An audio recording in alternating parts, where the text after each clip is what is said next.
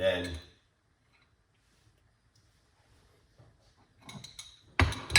get a little secret jar, pour it into it like this. And what I can do is a simple thing. Tip a little bit into your hand. And if this is your back, you rub it in the back of your you know what I mean? Right in your back. Right there. If it just giving you any problem. Rub it in.